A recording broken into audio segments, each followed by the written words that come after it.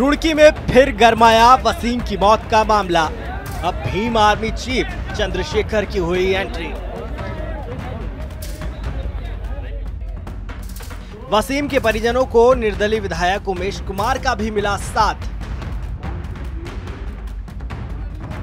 Bhim army chief Chandrashekhar की police प्रशासन को चेतावनी, 5 तारीख को होगा बड़ा आंदोलन। कह रहे थे कि मेरी आंखों के आंसू का हिसाब होगा, ऊपर वाला हिसाब करेगा। मैं ये कहता हूं कि ऊपर वाला भी हिसाब करेगा और नीचे जो हम जैसे लोग हैं वो भी हिसाब के लिए तैयार है।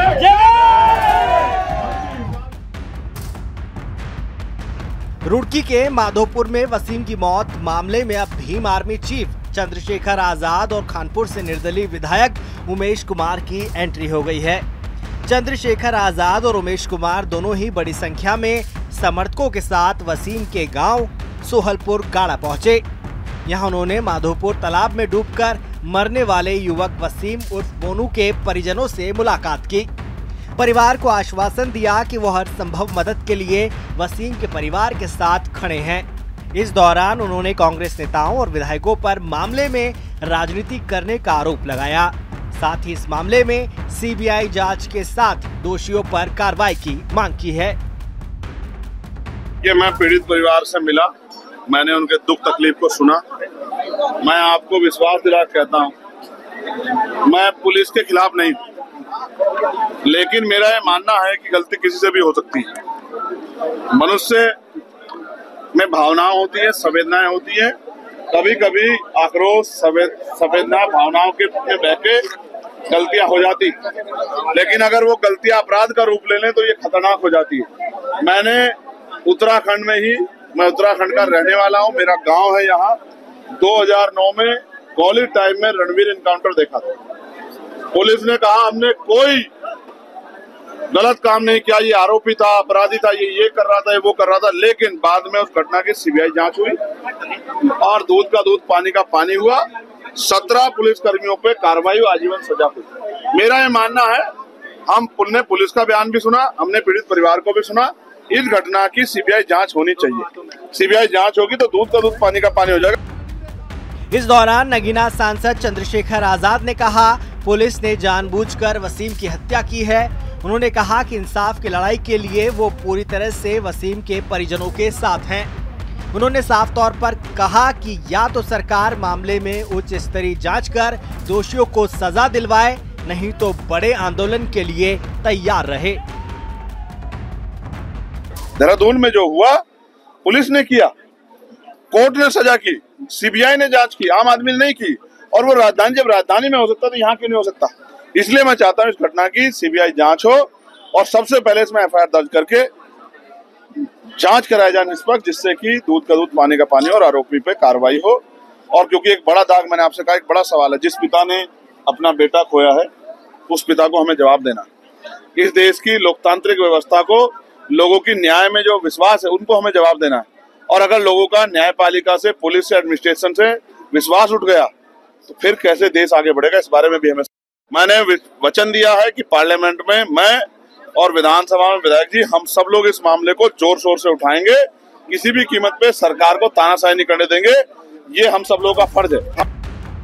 चंद्रशेखर आजाद ने आगे कहा कि इस मामले में 5 अक्टूबर से हरिद्वार एसएसपी कार्यालय पर अनिश्चितकालीन धरना शुरू किया जाएगा। यह आंदोलन इतने बड़े स्तर का होगा कि हरिद्वार ही नहीं, पूरे देश में इसकी गूंज सुनाई देगी। मैं परिवार के साथ खड़ा हूं, मैंने परिवार को विश्वास दिलाया है। हमने 5 तारीख को, अगर हमारी मांगे नहीं सुनी गई, इसमें एफआईआर अब तक दर्ज नहीं हुई है। कैसे माना जाए कि पुलिस अपने लोगों को नहीं बचाएगी?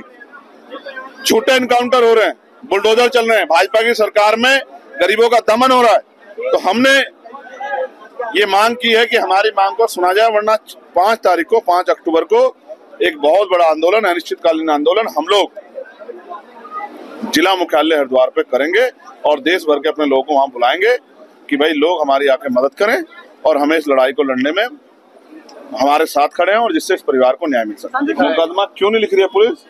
भाई विपक्ष के साथी है, 21 एमएलए हैं उनके, एक एफआईआर नहीं दर्ज करा पा रहे।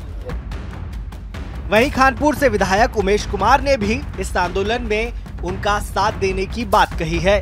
उमेश कुमार ने कहा कि इस मामले में सच सामने आना चाहिए।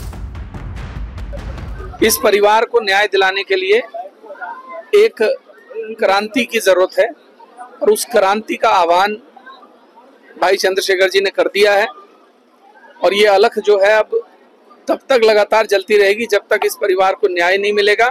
एक अनिश्चितकालीन धरने की घोषणा इस मंच से की गई है। 5 अक्टूबर को एक आंदोलन की शुरुआत की जाएगी और इस परिवार को न्याय दिलाने के लिए एड़ी चोटी का जोर लगाया जाएगा। और जैसा कि भाई चंद्रशेखर जी ने कहा कि देश भर से लोगों का आह्वान होगा, यहीं के नहीं, मैं उत्तराखंड के हरिद्वार जनपद के हर बच्चे से, हर व्यक्ति से अनुरोध करता हूं, आग्रह करता हूं कि घरों से निकल और मुस्लिम को न्याय दिलाने की लड़ाई में हमारा साथ बिल्कुल उठाएंगे। भाई जब संसद में उठाने को तैयार है तो विधानसभा में हम क्यों नहीं उठाएंगे। बता दें कि वसीम मामले में अब तक साफ नहीं हो पाया है कि वसीम की मौत कैसे हुई थी। परिजनों के मुताबिक वसीम को पुलिस ने तालाब में डुबोकर मारा है। वहीं पुलिस का आरोप है कि पुलिस से बचने के लिए तालाब में कूद गया था, जिससे उसकी तालाब में डूबने से मौत हो गई। बता दें कि इस मामले में सियासत भी अपने चरम पर पहुंच गई है। पहले कांग्रेस ने वसीम के लिए जमकर प्रदर्शन किया, तो वहीं अब भीम आर्मी के चीफ चंद्रशेखर आजाद मैदान में उतर गए हैं। ऐसे में देखना होगा कि वसीम की मौत मामले में पुलिस किस तरह का एक्शन लेगी। ब्यूरो रिपोर्ट, श्रेष्ठ उत्तराखंड। श्रेष्ठ उत्तराखंड पर खबरों से जुड़े रहने के लिए चैनल को सब्सक्राइब और लाइक करें, बेल आइकन दबाएं और देखते रहें श्रेष्ठ उत्तराखंड।